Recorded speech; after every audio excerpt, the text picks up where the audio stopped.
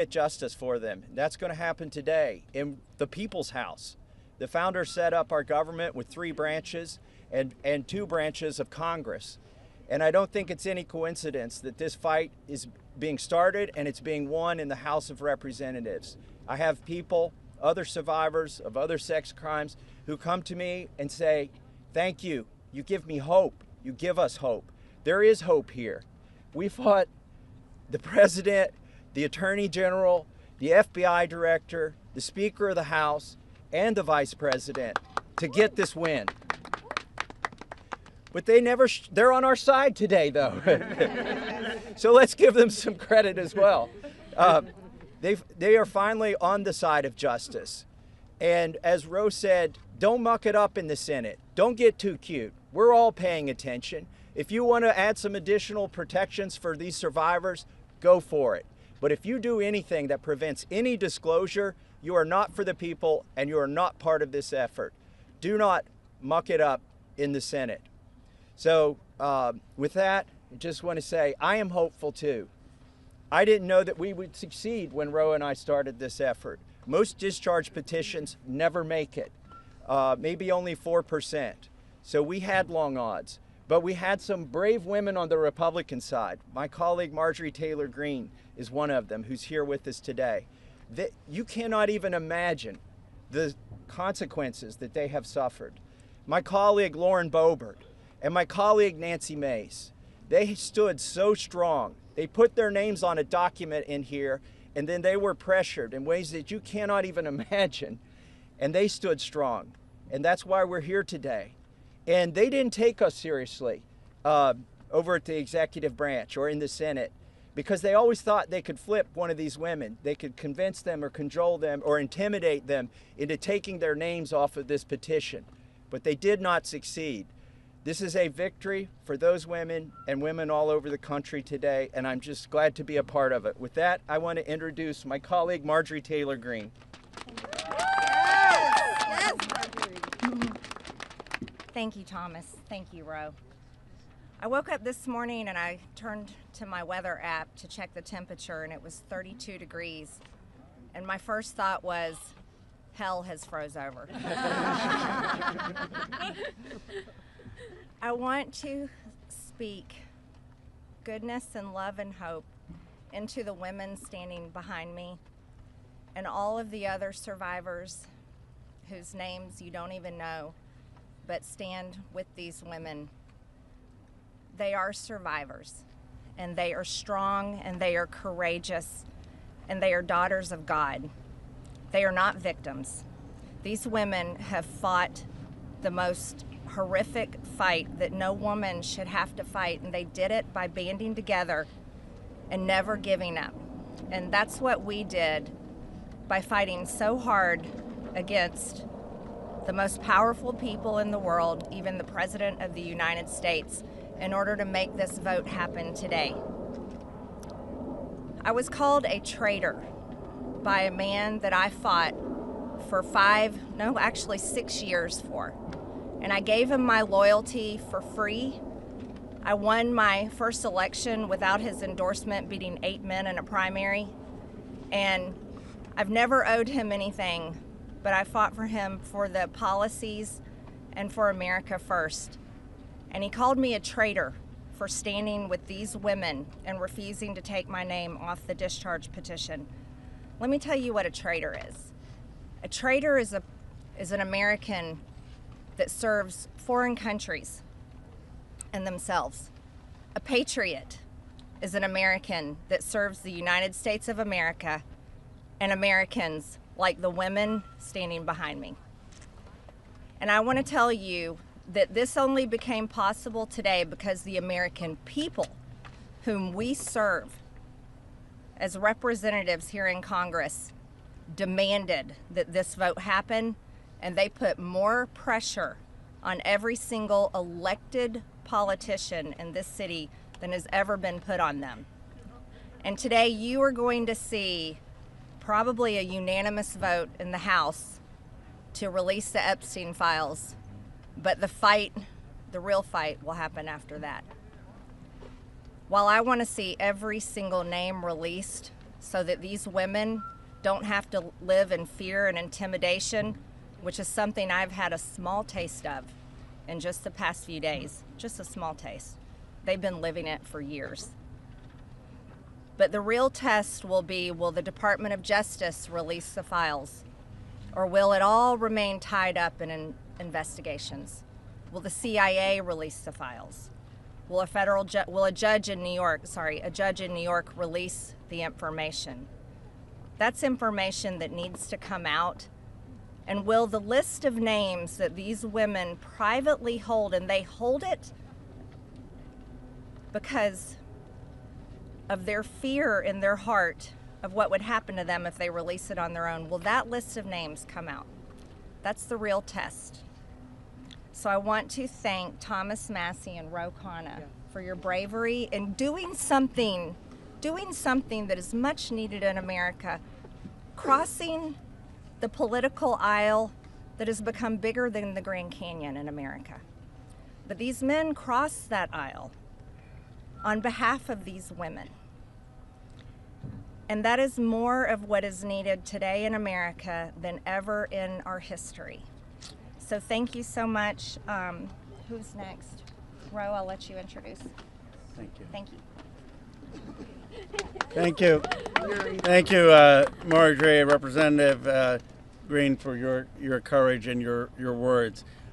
Before I introduce our survivors, I just want to say that they will make their statements, and then you can ask questions of Representative Massie, myself, or Representative Greene, but we do not want people asking questions and cross-examining the survivors. They're here to tell their stories, and they should be heard by the American people with respect. Of course, Congressman Massie, myself, and Congresswoman Greene would be happy to answer questions after that. With that, let me introduce the survivor who's helped organize a lot of this, and will be telling her own story and introducing the other survivors. Haley Robson, thank you for your courage and leadership. Absolutely, thank you. Oh, good morning. A little chilly coming from Florida, not used to it. I want everybody to take a look. I know everybody sees us today as grown adults, but we are fighting for the children that were abandoned and left behind in the reckoning. This is who you're fighting for. This is who Congress is fighting for. This is who the House of Representatives are fighting for, and hopefully the Senate will fight for us too. I want to kick this off right, and I want to address Marjorie Taylor Greene, Thomas Massie, and Ro Khanna. I want to express my gratitude for all three of you, and I know, Ro Khanna, we spoke earlier. This is an incredible thing that I'm watching as a Republican, and this is non-political, but for you to go against your own party and to be ostracized, there's no place for political violence, there's no place for intimidation, and I can say firsthand, stepping out against Epstein and his crimes against children, we have all experienced that ourselves.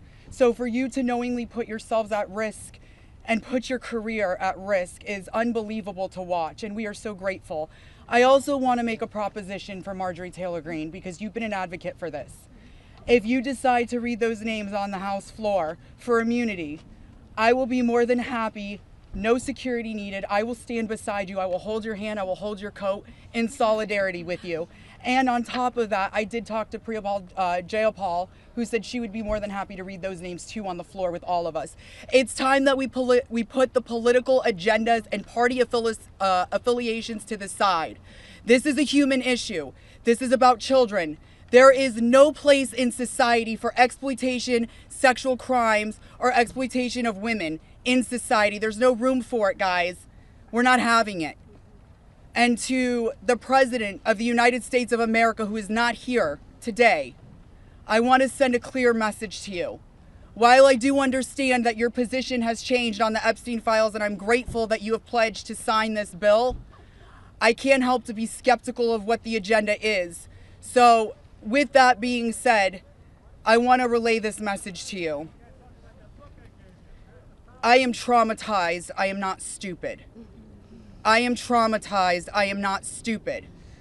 You have put us through so much stress, the lockdowns, the halt of these procedures that were supposed to have happened 50 days ago. the Adelita Grijalva who waited to get sworn in, and then get upset when your own party goes against you because what is being done is wrong. It's not right. For your own self-serving purposes, this is America. This is land of the free. Land of the free. In 1863, we have a woman on top of the Capitol building represent freedom. I do not feel free today. I don't know if the women behind me feel free today. So I am begging every member of Congress, every representative, to step up and choose the chaos. Choose the survivors. Choose the children. Protect the children. All children. You protect all of us equally. Thank you very much for your time. Following that, Lisa Phillips will be the next survivor.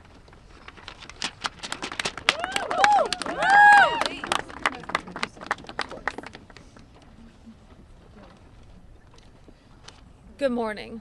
My name is Lisa Phillips. It's an honor to stand here again for something America is finally united on: the immediate release of the entire Epstein files. In a divided nation, this is one demand we all share. Last time I stood here, I made a promise to all survivors watching. If those in power refused to release the truth, we would start uncovering it ourselves. For anyone who doubted that moment has already arrived. Since that day, more survivors across the country and around the world have reached out.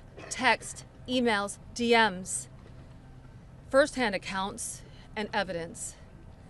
Many are women who were abused or trafficked through the international modeling pipeline Epstein built, promising visas, apartments, opportunities, futures, while exploiting their dreams for abuse.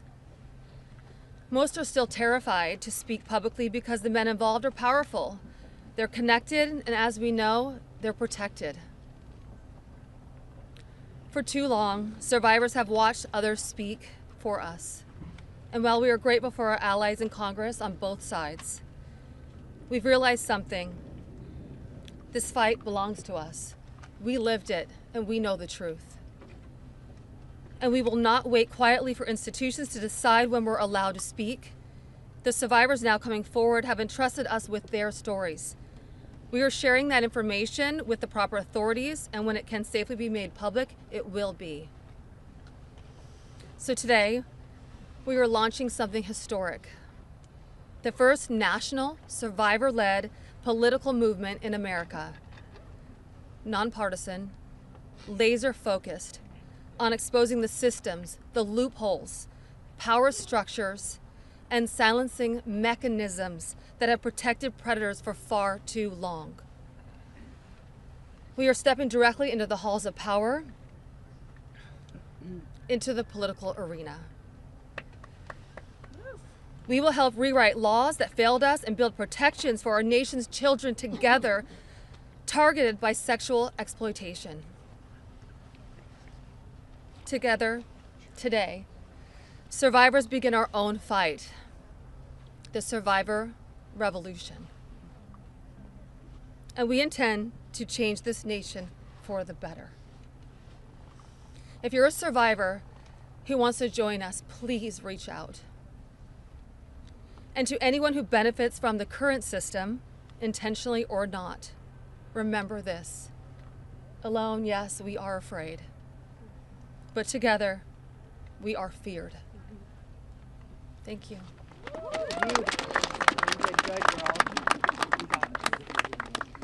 Hello, everybody. I am Jenna Lisa Jones, and just as Haley, I would just like to give a little reminder that this was me at 14 years old. I was a child. I was in 9th grade. I was hopeful for life and what the future had held for me. He stole a lot from me at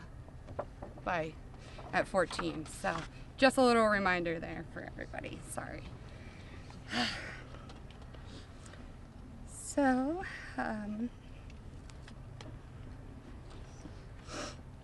I just want to start out by saying thank you for all of you for being here today. I want to start by expressing my deepest gratitude to the members of Congress who have stood with us the survivors in demanding the transparency and justice. Your support is a signal that this institution can still serve the American people. This issue was never one that should have divided us the way it has. In fact, it should have united us. Sexual abuse is not a Republican issue. It is not a Democratic issue. It is also not a hoax. We are here as American survivors of a man who used his wealth and power to hurt young girls and women. The world should see the files to know who Jeffrey Epstein was and how the system catered to him and failed us. Emotionally, this process has been distressing. First, the administration said it would release everything and then applauded President Trump for that. Then it fought to release nothing.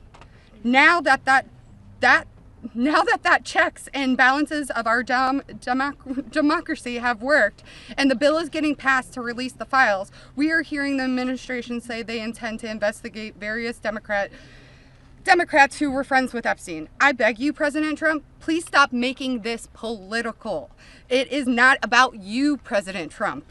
You are our president. Please start acting like it. Show some class, show some real leadership, show that you actually care about the people other than yourself. I voted for you, but your behavior on this issue has been a national embarrassment. It is time to take the honest, moral ground and support the release of these files, not to weaponize pieces of the files against random political enemies that did nothing wrong, but to understand who Epstein's friends were, who covered for him, what financial institutions allowed his trafficking to continue, who knew what he was doing but was too much of a coward to do anything about it. Jeffrey Epstein and Ghislaine Maxwell were able to recruit and abuse young girls and women. Then the country will learn nothing, and has horrible history will repeat itself if we do not do something about this. Thank you to the brave congressmen and women who have stood by us and recognized our side is the American side, and we should all be proud once again to be Americans. I want to just extend my thank you so much to all three of you, very, very much. The first time we were here, listening to the, people yell shame at you, and when she was here in support of us, really hit home and spoke some volumes, and I just very much appreciative of your support, and we stand by you. Don't let any of them bully you. We're here for you. Thank you, guys.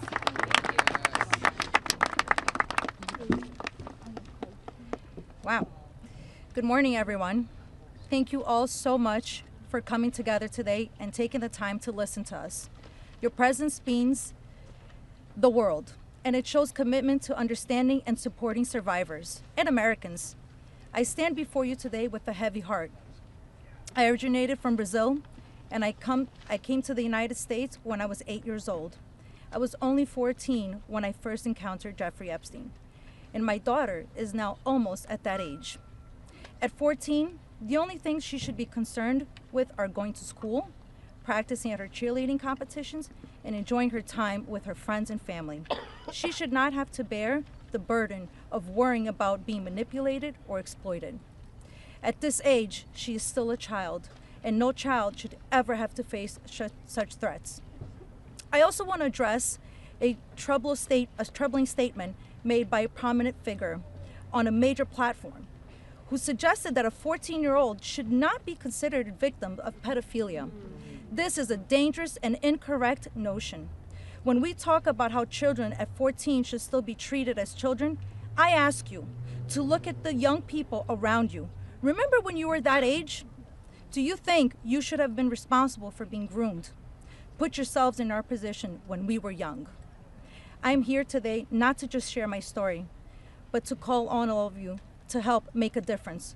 We need to support to push for the Transparency Act and release the Epstein files. Please reach out to your Congress members and senators and urge them to support this crucial legislation. The truth is something that we all deserve, and it is vital for safety and protection of the future of generations. Think about all the young people in your life, your daughters, your nieces, your friends. Let's stand together and ensure that they grow up in a world where they are safe and valued. I often wondered, why did this happen to me? And then I realized God only gives you what you can handle. I'm here for a purpose, and that purpose is to make a difference today. So let's stand together to protect our children and our peace. Thank you. Yes.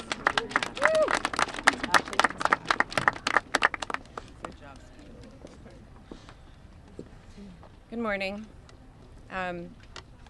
I want to say a few things before I begin. My speech may not be great. It was thrown together last minute as I only came here, decided Friday, when one of us, who has spoken several times, decided she couldn't come because of the threats. She was too scared. So I want to say, when you threaten one of us, you're threatening all of us. Yep. We are together now, and that's never going to change. This is me at 16 when I met Jeffrey Epstein. Now I'll start. It is an honor to stand here before the American people. However, I shouldn't have to stand here at all. I'm here because as a child, I was pulled into Jeffrey Epstein's world, a world built on exploitation and manipulation of innocence and the protection of powerful men and women who believed that they were untouchable. Today, we'd rather be preparing for the holidays. We'd rather be at home with our families, baking with our children and decorating the Christmas tree as we try to move past this horrific moment that has impacted our entire adult lives. However, that's not possible because it's become something it should have never been, political and sensationalized. The truth is simple. We were victimized as children and failed repeatedly by the very system that was supposed to protect us. That's why we stand here today, to demand justice and accountability, not just for Epstein and his crimes, but for every predator and every enabler who participates in or protects abusers. The Epstein case was gravely mishandled consistently and deliberately over many years. Epstein could have been stopped decades ago, but instead he was able to continue his abuse, even during his sweetheart deal, yes, with his ankle monitor on and beyond. A deal that protected him and silenced us.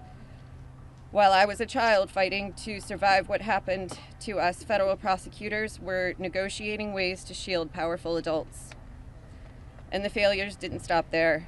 Our civil cases were met with hostile judges and delay tactics, intimidation, and PR campaigns designed to smear us in the public eye. We were treated as problems to be managed instead of victims to be protected.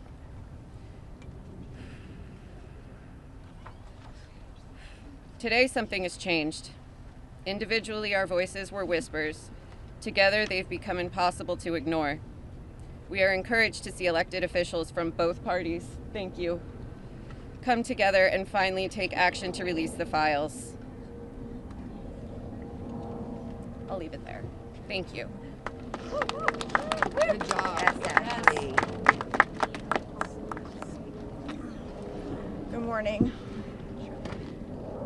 My name is Wendy, and I'm standing here today with a truth that still scares me to say out loud.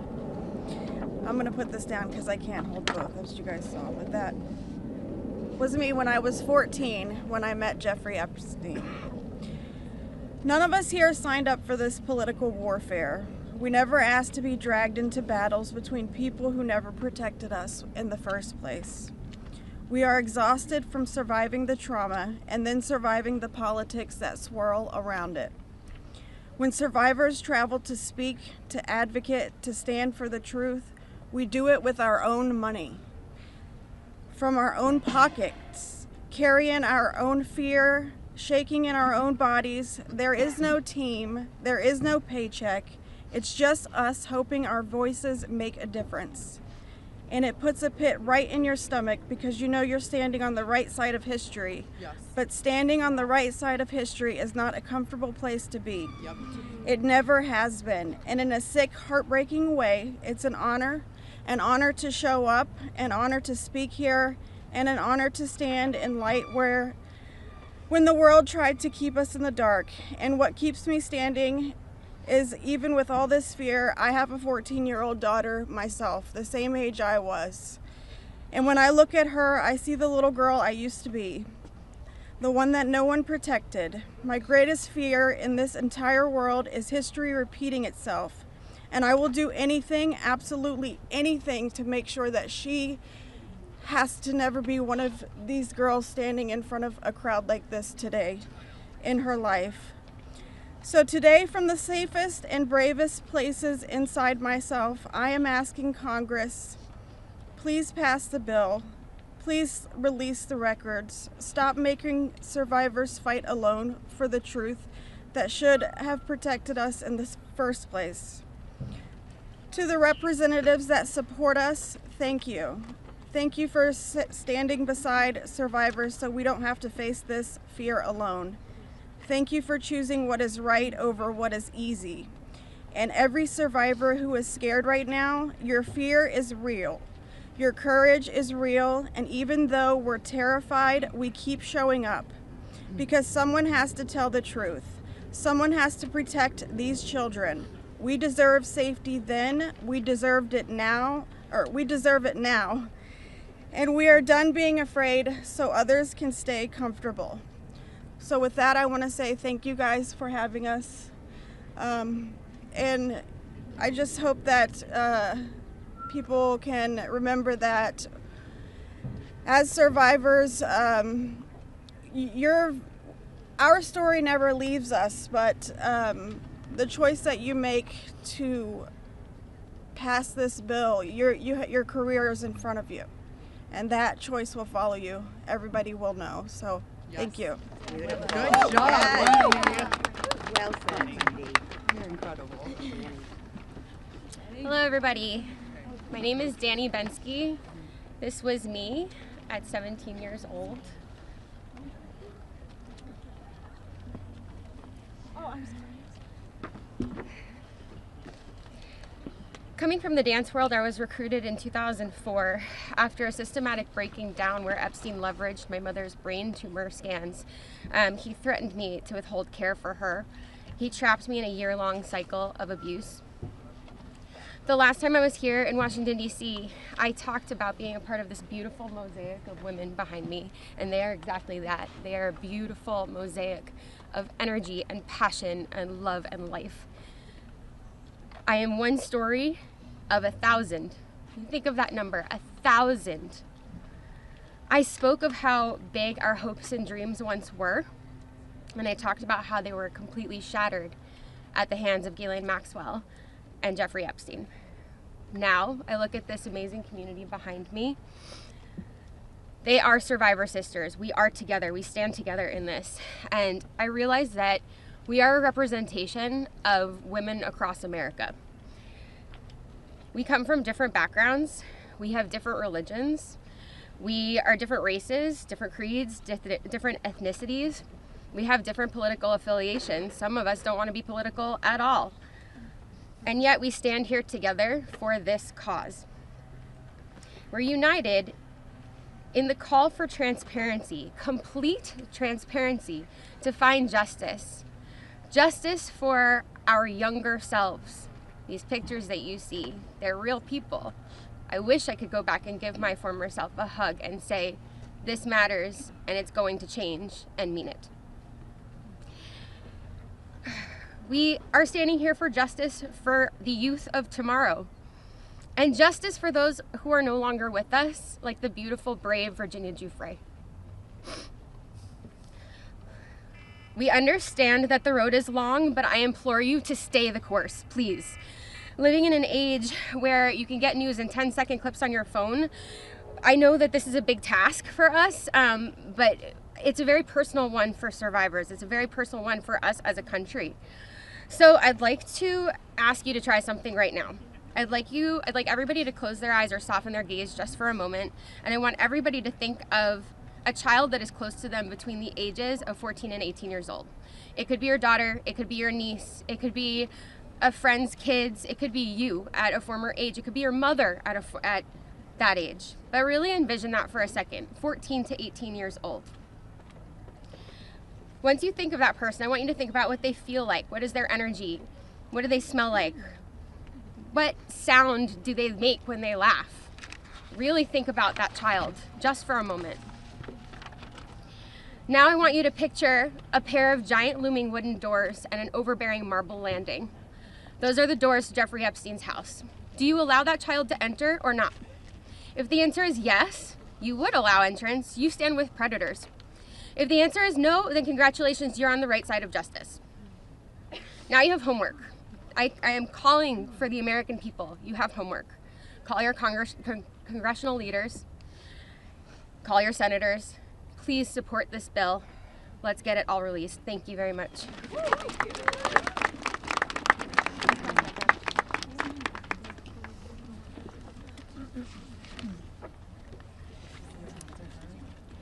Good morning. My name is Annie Farmer, and this is a photo of me and my sister Maria Farmer. Around the time I was 16 and she was 25. That's how old we were when we were abused by Epstein and Maxwell. Survivors have repeatedly stated that our pursuit of transparency and justice is a nonpartisan issue. But given the political noise surrounding this case, I just want to remind people of some of the facts. In 1996, when my sister Maria bravely blew the whistle on this group by reporting to the FBI what Epstein and Maxwell did to both of us, they hung up on the phone on her and there was no follow-up of any kind. Bill Clinton was president. In 2006, the FBI came to us, finally interviewed us, and asked us both to be witnesses against Epstein. We were very anxious, but we agreed. And then we didn't hear back from them due to their infamous sweetheart deal. George W. Bush was president. In 2015, when the DOJ was sent FOIA requests for Maria's FBI files, and they were denied, as they have been many times, Barack Obama was president. In 2019, when Epstein died in prison due to either negligence or foul play, Donald Trump was president. In 2023, Maria's attorneys sent a letter on her behalf to the government, requesting an investigation into the repeated law enforcement failures in this case, similar to what was done in the case of Larry Nassar. They declined to do so. Consequently, my sister filed notice that she would be suing the government for failing to uphold its legal, ethical, and moral duties in this case. Joe Biden was president. This year, after campaigning on a pledge to finally release the files, under Trump's second presidency, the DOJ announced they were closing the investigation into Epstein's co-conspirators, and then transferred Ghislaine Maxwell into a prison camp, where it is well documented that she is receiving special treatment. This is not an issue of a few corrupt Democrats or a few corrupt Republicans. This is a case of institutional betrayal. Because these crimes were not properly investigated, so many more girls and women were harmed. My sister, because of her bravery, was repeatedly threatened and lived in fear, with dire consequences for her health and her career. 30 years later, even as oceans of allegations and obvious truths have emerged, the government has still not chosen transparency. This is why we have all come together as one united voice to demand the release of all the Epstein files and to finally bring the truth out of the shadows. Yes. Yes.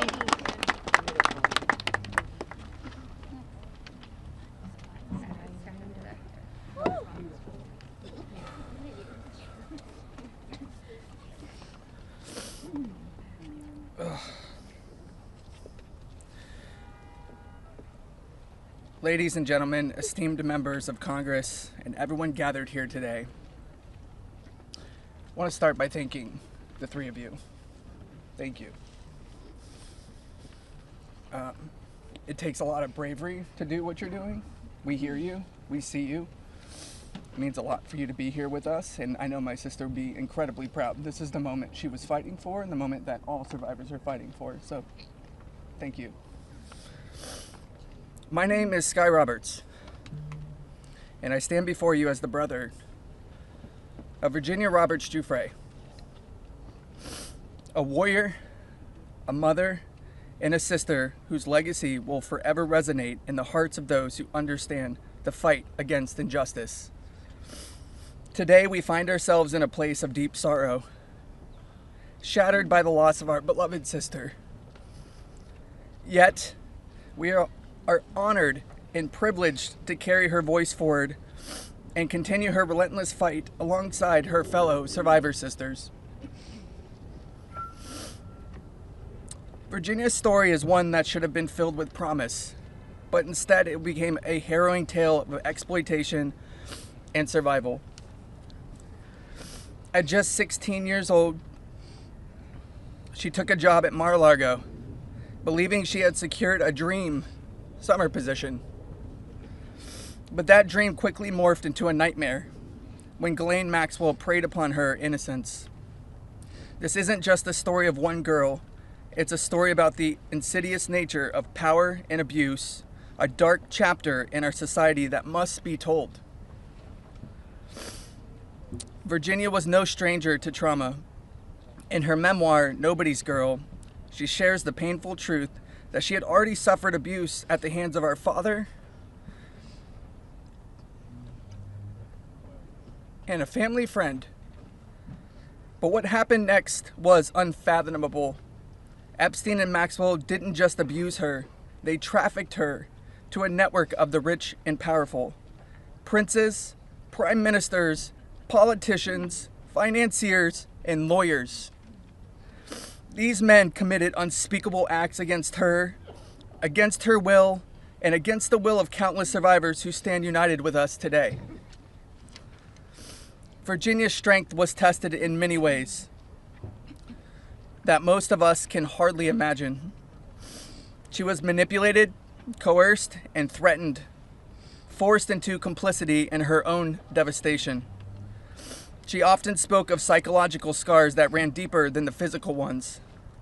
From the start, she wrote, "They manipulated me into participating in behaviors that ate away at me, eroding my ability to comprehend reality and preventing me from defending myself.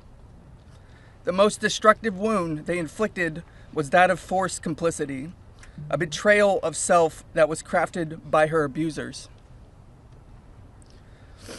But I stand here today to declare that their tactics of fear and intimidation did not work. Virginia's spirit could not be broken. She became a beacon of hope, a warrior, fighting not just for herself, but for every survivor who suffered in silence. She said, I felt it was my duty to stand up to predators like Epstein and Maxwell. I would put my neck on the line to make sure my daughter never has to go through what I had to endure. These survivors like Virginia have transformed into mothers and strong women, fierce in the face of adversity. Many of them have daughters the same age they were when they faced their own abuse. They are determined to break the cycle, to shatter the silence that has kept so many in the shadows. Virginia quoted in her memoir, "There I was, as the mother of 3 children. I felt it was my duty to stand up to predators like Epstein and Maxwell. I mentioned to Ellie in particular, her daughter, I would put my neck on the line to make sure she never has to go through what I had to go through. I said, joining Edward's CVRA case, what I would want somebody to do for my daughter or sister and friend. In the end, I said, I was just trying to do the right thing. That's what I felt like I'm doing," I said. "I'm making a small dent in this big world we live in."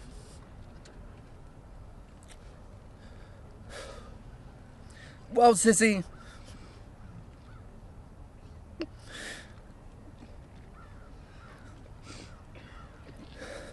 you didn't just make a small dent.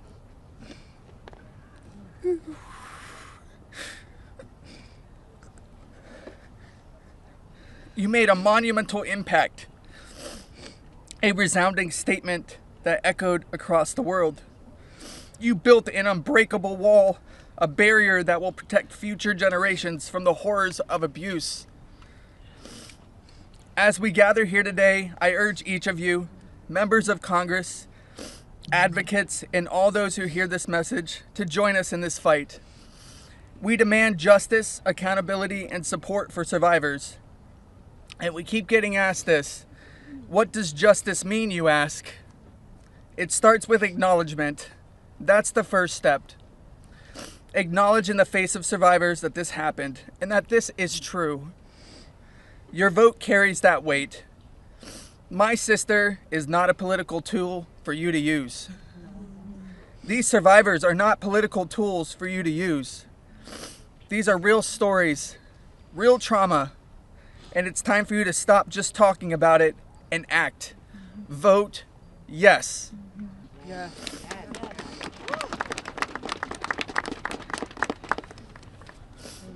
Virginia's legacy is not just hers. It belongs to all of us who stand against injustice. Together, we will ensure that the voices of survivors are heard, that the truth prevails, and that the horrors of the past are never repeated. Thank you. Thank you for listening, and thank you for standing with us. Together, we will not let Virginia's fight be in vain. Together, we will not let the predators win. Together, we will be the change this world desperately needs. Yeah. Thank you. It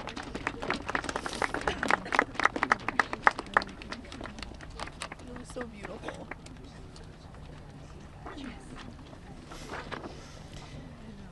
This is me when I met Jeffrey Epstein in 1991. I always share the date when I talk about my story because people rarely acknowledge how long this has actually been going on. And for too long, truth has been buried, survivors have been silenced, and powerful people have been protected. And today we stand in a moment that will decide whether our government still belongs to the American people or to those who prey on them. Because when mountains of evidence and decades of victim reports across 5 administrations still lead to sweetheart deals or no prosecution at all, this isn't just one case gone wrong. It's an institutional failure on a historic scale, and every member of Congress and this administration must answer for that failure. Millions of sexual abuse survivors know the pain of speaking up and watching the institutions that are meant to protect them look away. We're not alone in this. Epstein may be the headline, but the betrayal reaches every corner of our country. And if our justice system can collapse this completely for so long, then Congress cannot pretend that the system is working. Not for us, and not for the generations that will live with the consequences of what they choose now. One long overdue step towards repairing this damage is the Epstein Files Transparency Act. Because without transparency, there's no accountability. Without accountability, there is no justice. And without justice, democracy dies. Yes. So representatives, you have a choice to show millions of Americans whether you stand with us or with the powerful predators that are counting on your complicity. Thank you. Yeah, good job.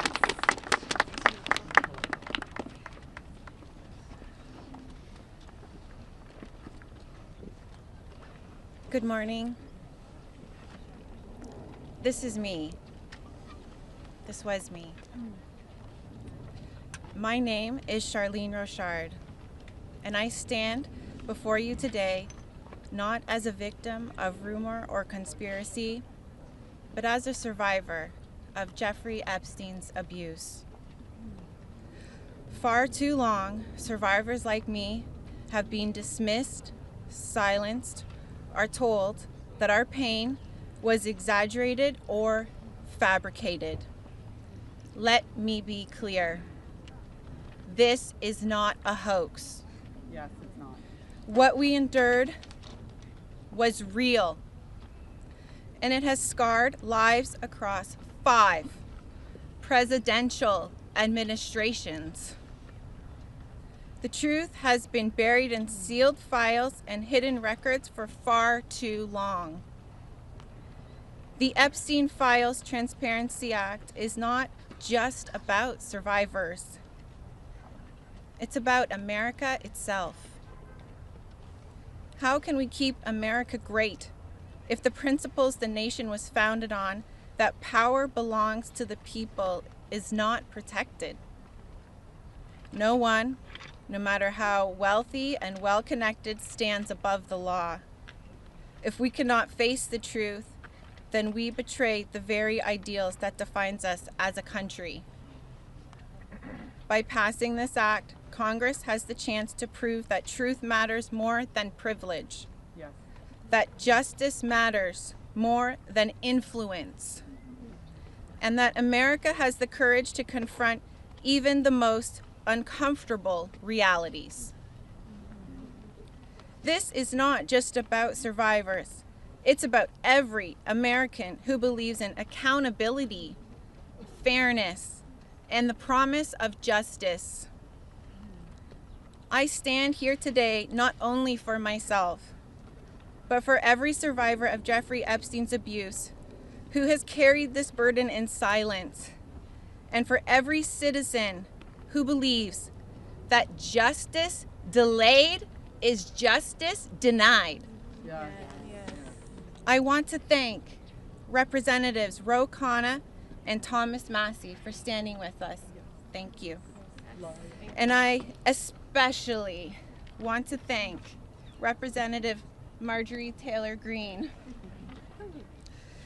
Her unwavering support, her courage to stand with us and demand transparency gives us strength.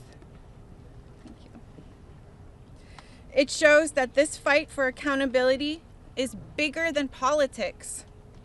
It's about humanity, justice, and truth. This is about America's future.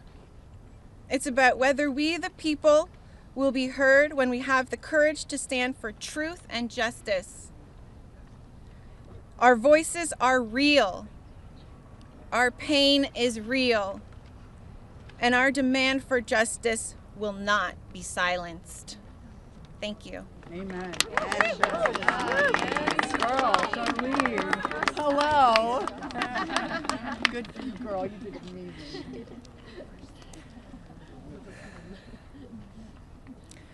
My name is Laura Bloom McGee. This is my first time speaking publicly about my abuse. As a young woman in New York City, I was pursuing a modeling career and building a life of giving back through my philanthropic work. Instead, I was intentionally groomed and became part of an international model sex trafficking ring that was led by Jeffrey Epstein. I was sexually and mentally abused by Jeffrey Epstein. He used my dreams and vulnerabilities to silence me. Today, I am here to break that silence. Sex trafficking and sexual abuse are crimes against human beings, not political talking points. For too long, Epstein's abuse was an open secret, with his network remained protected. Evil thrives in darkness. We must shine a light on every corner where it hides. Nothing should be off limits in the search for truth. Please vote that everything in the files be released. Let investigations proceed without obstruction. Demand oversight and deliver justice. The government must never side with predators. I come as one survivor, but I stand here for everyone who prayed for me, who believed in me, and who hoped for me. To my fellow survivors, your courage brought me here. We are more than victims. We are mothers, daughters, sisters, friends. This is not a hoax, and we will not be erased. Shame on any elected official who obstructs truth and justice for the American people. Thank you. Amen. Yeah, girl. My name is Liz Stein. In 1994, I was a senior in college, just 21 years old. I had aspirations of attending law school after graduation, and it looked like I had a bright future ahead of me. 1994 was also the year I met Ghislaine Maxwell and Jeffrey Epstein. My involvement with them changed the trajectory of my entire life. The Epstein files are not about loyalty to any one political party. They're evidence of a crime. We stand here today, victims of the crime of sex trafficking. I'm here today speaking both for my 21-year-old self and for the countless number of people who have experienced sexual violence. When I am asked what I would tell my younger self if I could say something, I say that I would tell myself to tell someone. And if they don't listen, to tell someone else. And to just keep telling until someone listens. And even if nobody listens to you, you should be proud of yourself because you stood in your uncomfortable truth when others could not. And that is true bravery. We stand here today as survivors, part of a sorority that none of us asked to join. We have told our stories over and over and over. Now it's time to see who was listening. We ask that you vote to release the files, all of them, so the victims of this crime can finally see justice. Thank you. Amen. Yes. Good go, girl.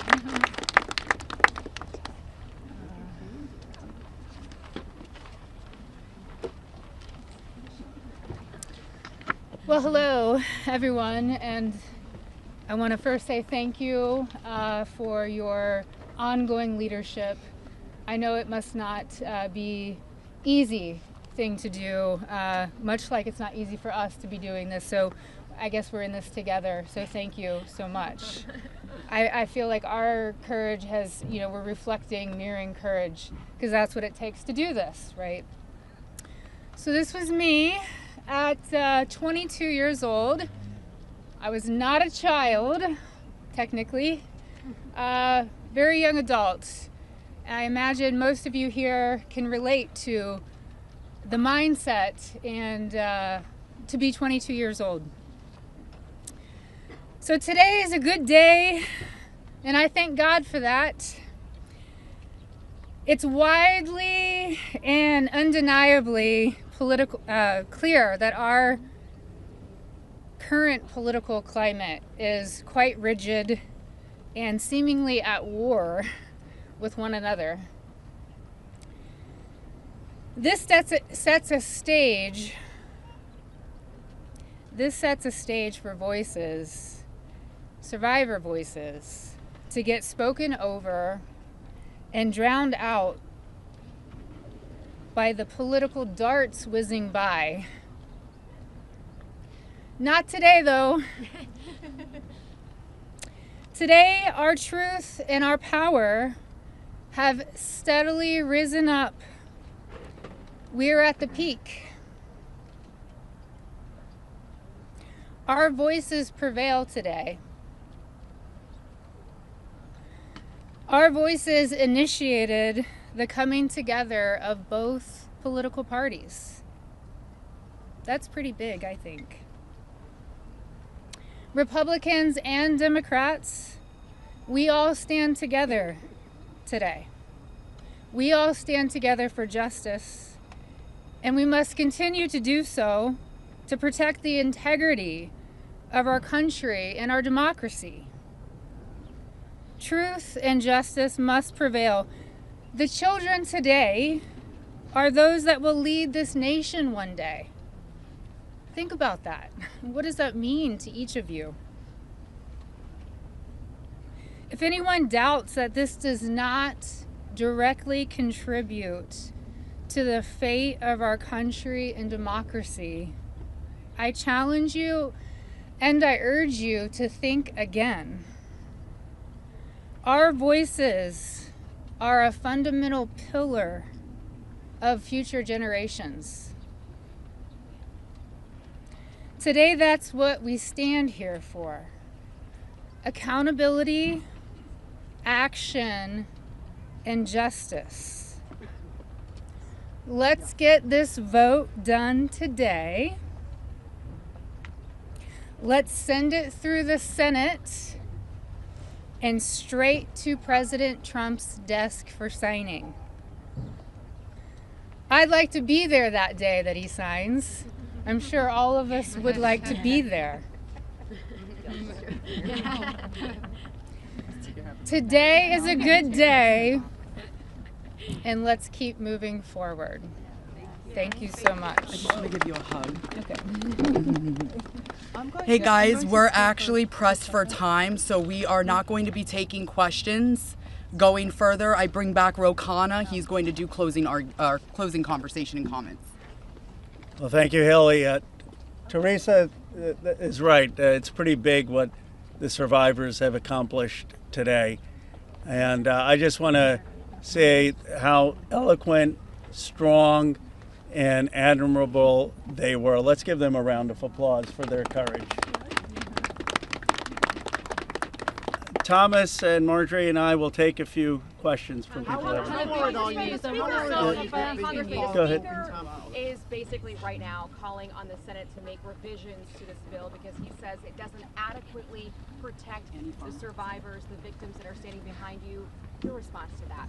That's been a red herring all along. The survivors have always been in favor of this legislation, and there's a provision in there you can read if you would just read it that protects them. Now, if he wants to offer more protections in the Senate, that's fine with us, but here's the problem. Now we have to vote on it again in the House. And so, as you heard, justice delayed is justice denied. It could be just another delay tactic. But we want to... Is that what you think? That's the motivation from the Speaker? I think the Speaker wants to save face. He's going to vote for a piece of legislation today that he's disparaged for 4 months. And however he needs to come on board, we want him on board. So we appreciate that. It's a long fight, isn't it? You don't actually need legislation. Go ahead. Go ahead. I wonder, what do you say today to Andrew Mountbatten Windsor, the man formerly known as Prince Andrew? Well, you know, there's becoming a reckoning in Britain that needs to happen in the United States. A prince lost his title. The ambassador to the United States lost his job. We need to see those same kind of consequences here. As my colleague Rose said, there shouldn't be buildings named after these perpetrators of these heinous crimes. There shouldn't be scholarships named after them. And there needs to be accounting. We've seen tens of thousands of pages released by the Oversight Committee. What we've not seen is a single name. So I implore you to look and see if we have true justice and transparency in here. And the survivors will know when that has happened. And I do think that Prince Andrew does need to come and testify at our Oversight Committee, and that can be bipartisan. But I share Thomas's view that the urgency that the British people have shown in getting justice needs to inspire an urgency here in America. You don't need legislation. You don't need legislation. Go ahead. You don't need legislation to get the files released. President Trump could just release them today. Well, Is that frustrating for you? Why isn't he doing that? And also, did you ask him to be here today? It's a really powerful moment, this. Look, I'll let my colleague speak. I hope the president meets the survivors. And I hope when he signs the bill, the survivors are there. I don't care if I'm there, Thomas Massie is there, Representative Greene's there, but the survivors should be there. Need it to but I hope he meets them, because I think if anyone who meets them and sees their emotion will be moved. And my goal is to get justice here. So I hope he will meet them and really hear what's happened and actually take action. But the broader point is, yes, the president could order the Justice Department to release the files, but what in a constitutional democracy, what we're supposed to have is Congress says that the files should be released, and then it's not on the whim of any president. Then the Justice Department is compelled to release those files because that's the law of the land. Let's just think of yeah. Have you spoken to any Republicans in the Senate who are looking to, move this forward? So Senator Merkley is a Democrat. He's led the exact same legislation that Roe and I introduced in the House. One Republican co-sponsored his bill yesterday, and I have spoken to at least one more who says they will co-sponsor. The important thing about the Senate is that they need not to muck this bill up. There's a lot of attention on here. We've needlessly spent 4 months dragging this out, A representative, a duly elected representative, was denied her seat in Congress for 49 days, and it's time to pull the Band-Aid off. The Senate, it may be tempting for them to get cute and to do things that will limit the release of these documents. They are afraid that people will be embarrassed. Well, that's the whole point here. They need to be brought to justice, and embarrassment is no reason to stop it. So the Senate, John Thune, it's up to him. He needs to bring this to the floor of the Senate. And I think the vote today will show that in the House. And the president, look, the president has said he would sign the bill. You're going to get almost a unanimous vote here. So you have the president and a unanimous Congress believing that this protects the survivors and is calling for the release. There's no reason for the Senate now to, as Representative Massie puts it, muck around with it. They need to put it up, have a vote, have the president sign it. If there's any further protections, they can do that through the DOJ process. But what they should not do is delay a vote on a bill that the House is going to vote overwhelmingly for and that the president supports. On the release of these files, Congresswoman Greene, you raised the question of whether or not the Justice Department will actually release these files. Do you take the president at his word when he says he's going to sign this bill, and do you have confidence that these files will actually be released? I only take people's actions seriously, no longer words. And what do you think the president's actions? And I'll tell you, because I wasn't a Johnny-come-lately to the MAGA train. I was day one 2015, and there's a big difference in those Americans and those that decided to support President Trump later on. And I'll tell you right now, this has been one of the most destructive things to MAGA, is watching the man that we supported early on, 3 elections, for people that stood hours, slept in their cars to go to rallies, have fought for truth and transparency, and to hold what we consider a corrupt government accountable. Watching this actually turn into a fight has ripped MAGA apart.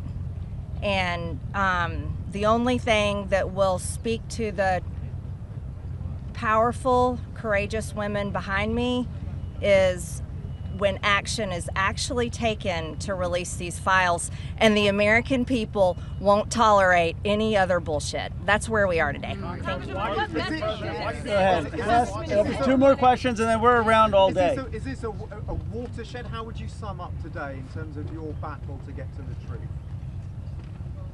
I would say that these survivors have been fighting for decades, and they finally are being heard by the American people, and we're finally going to have a reckoning for this Epstein class that has gotten away with horrific things. Look, I grew up in Bucks County, Pennsylvania. People went to church, they played Little League, they went to their neighbors for barbecue. They didn't go to a rape island and abuse young girls or traffic young girls. And people with extreme wealth have thought that the laws don't apply to them, and their culture is totally out of touch with the values that built America. And finally, we're going to have a reckoning already. How worried are you that We'll take the lady here. Let me ask you this. You said you wanted this to go straight to the Senate.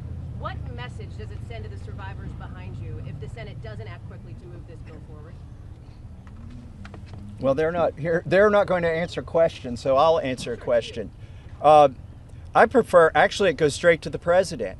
He can release these files without the Senate acting. Sometimes they take a long time to get things done. The House figured out a way to take 4 months to get this done. I think it's disrespectful to the survivors if they delay this. There's nothing more important than cleaning out the rot in this country. And this is rot, and it's not a partisan issue. And the senators need to get on this. Yes, the economy is important. Yes, international policy is important, but there's nothing more important than getting to this rot and cleaning it out. They should put it at the top of their agenda. As you know, there's a provision in the bill already that would allow the DOJ to not release certain information if it would jeopardize an active investigation. And the president just last week ordered his DOJ to conduct an investigation. What makes you think you would actually, if this bill passes, see these files, that the public would see them? There are 1,000 survivors. They can't open enough investigations to cover up everything that's in these files. And yes, it's true they can try to protect a few certain people or a few certain companies, But those investigations will eventually end. And in the meantime, there's not enough investigations to cover up 1,000 different crimes, 1,000 different rapes, 1,000 different sex trafficking instances. And this is not a moot point, even though they are doing that. And once this bill is signed into law, any career official at the DOJ or the FBI who does not comply with the law is at legal risk. It's no longer just up to the president. Look, we could have passed a simple resolution here in the House, and that would have been the end of it. Instead, we chose a very hard path, which is to get legislation, a law passed, which means it has to go to the House, the Senate, and be presented to the president. And that will have the force of law. They will be breaking the law if they do not release these files. Thank you very much. The president has fought so hard. Last question, and then release of these files. Why do you think he has fought so hard? If he could do it now, why hasn't he done it now? I believe he's trying to protect friends and donors. And by the way, these aren't necessarily Republicans. Once you get to $1 billion, you transcend parties. You just assume you can pay off whatever party is in charge of the White House, whatever party is in charge of the House of Representatives. And this is about those kinds of people. I think he's been trying to protect them. And I think it also incriminates our own government. This is a complete and total failure of the justice system, as the survivors have witnessed here today to us. It incriminates the FBI. It incriminates our intelligence agencies. It incriminates police departments in West Palm Beach. And that's what has been protected by this, either willfully or unknowingly, and it's time to end it. And I would agree with Representative Marjorie Taylor Greene that what matters now is just the action. I don't speculate on what politicians' motives are or what's in their heart. The point is the American people have spoken, Congress has spoken, release the files. It's time for justice. Thank you very much. Thank you. Yes. Thank you.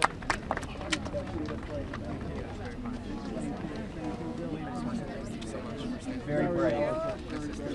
Incredible.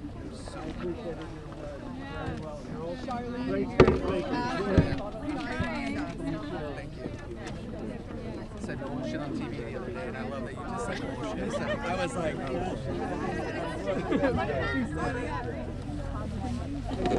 Ms. Taylor Greene?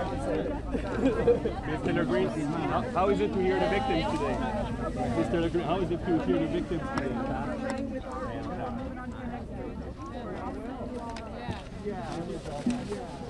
Ms. Taylor Greene? Okay, let's see, Marjorie. Thank you so much. Yeah, thank you. You're with us. You're with us, right? We're late. Yeah, we got it. And Jess is in a group too. Did Jess go already, or is Jess coming with us now? Okay.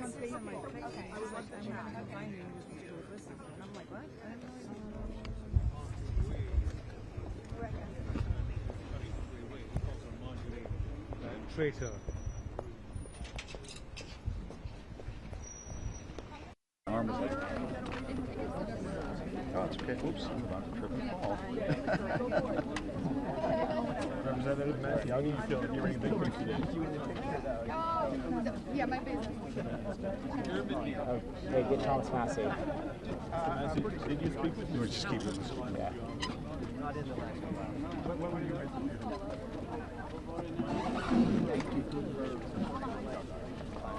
You have trust that this Senate will Did you speak with this by any chance? No. Yeah, that's fine. Best bet is like go to Getty and pick out which one. Yeah. Or AP or whatever. Cool. Yeah. Okay. I'll see you.